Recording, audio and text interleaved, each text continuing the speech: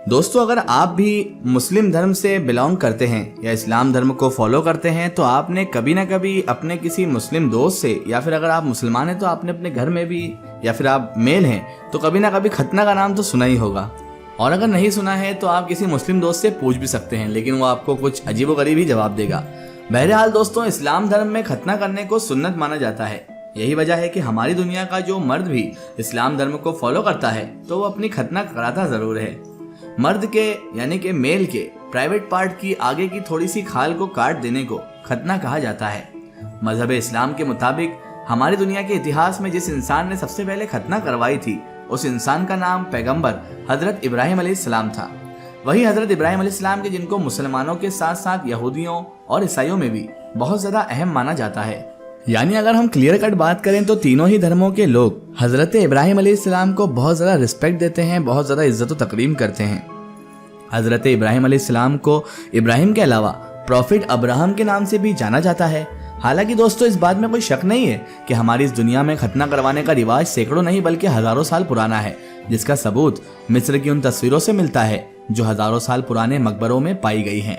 फिलहाल दोस्तों, अगर धर्म के मामले को हटा दिया जाए तो साइंटिफिक तौर पर भी ये बात क्लियर हो चुकी है कि खतना करवाने के बहुत सारे फायदे भी हैं, जिसकी वजह से ये देखा जाता है कि बहुत सारे देशों में डॉक्टर्स आम लोगों को खतना करवाने का मशवरा देते हैं।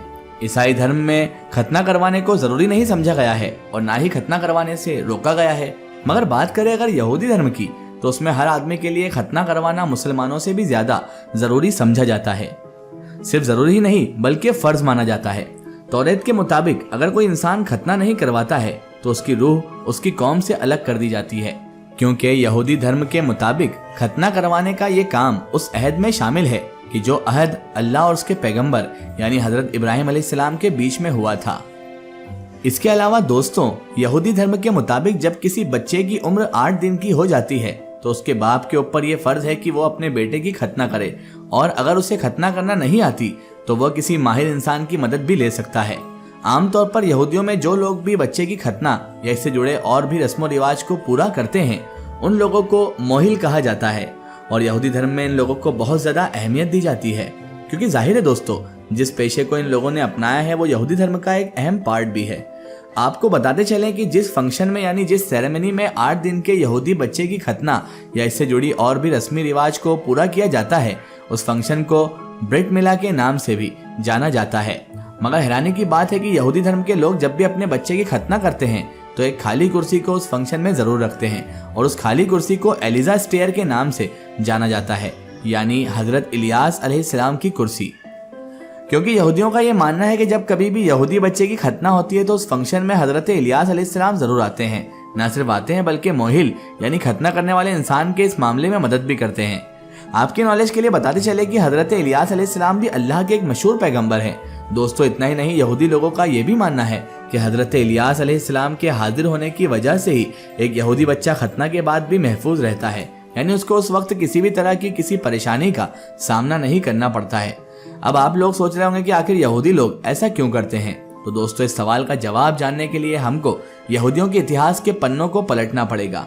आपको बताते चलें कि इस बात में कोई शक नहीं है कि इतिहास में वक्त वक्त पर यहूदी कौम को बहुत सारे जालिम और खतरनाक बादशाहों का गुलाम बनना पड़ा था।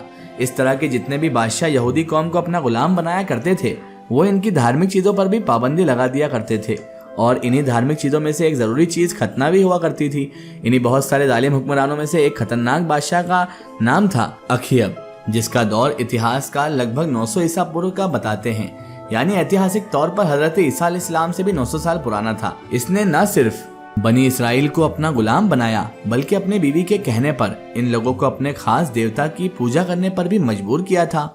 साथ ही साथ इनकी बहुत सारी धार्मिक चीजों पर भी पाबंदी लगा दी थी, और उन्हीं धार्मिक चीजों में से एक जरूरी चीज खतना करवाना भी था।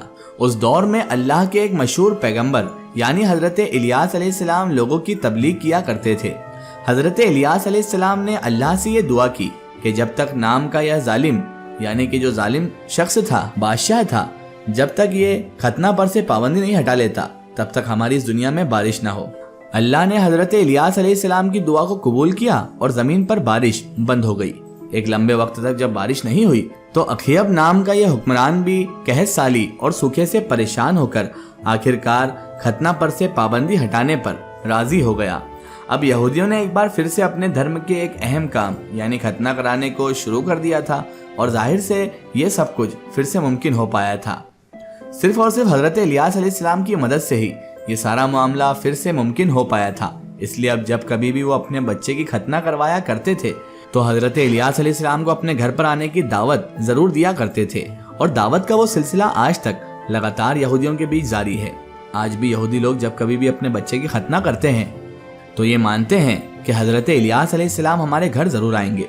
न सिर्फ इस बात पर यकीन रखते हैं बल्कि उनके बैठने के लिए एक चेयर यानी कि कुर्सी का भी इंतजाम करते हैं, जिस कुर्सी के बारे में आप लोगों को हम पहले ही बता चुके हैं, जिसका नाम है एलिजा चेयर।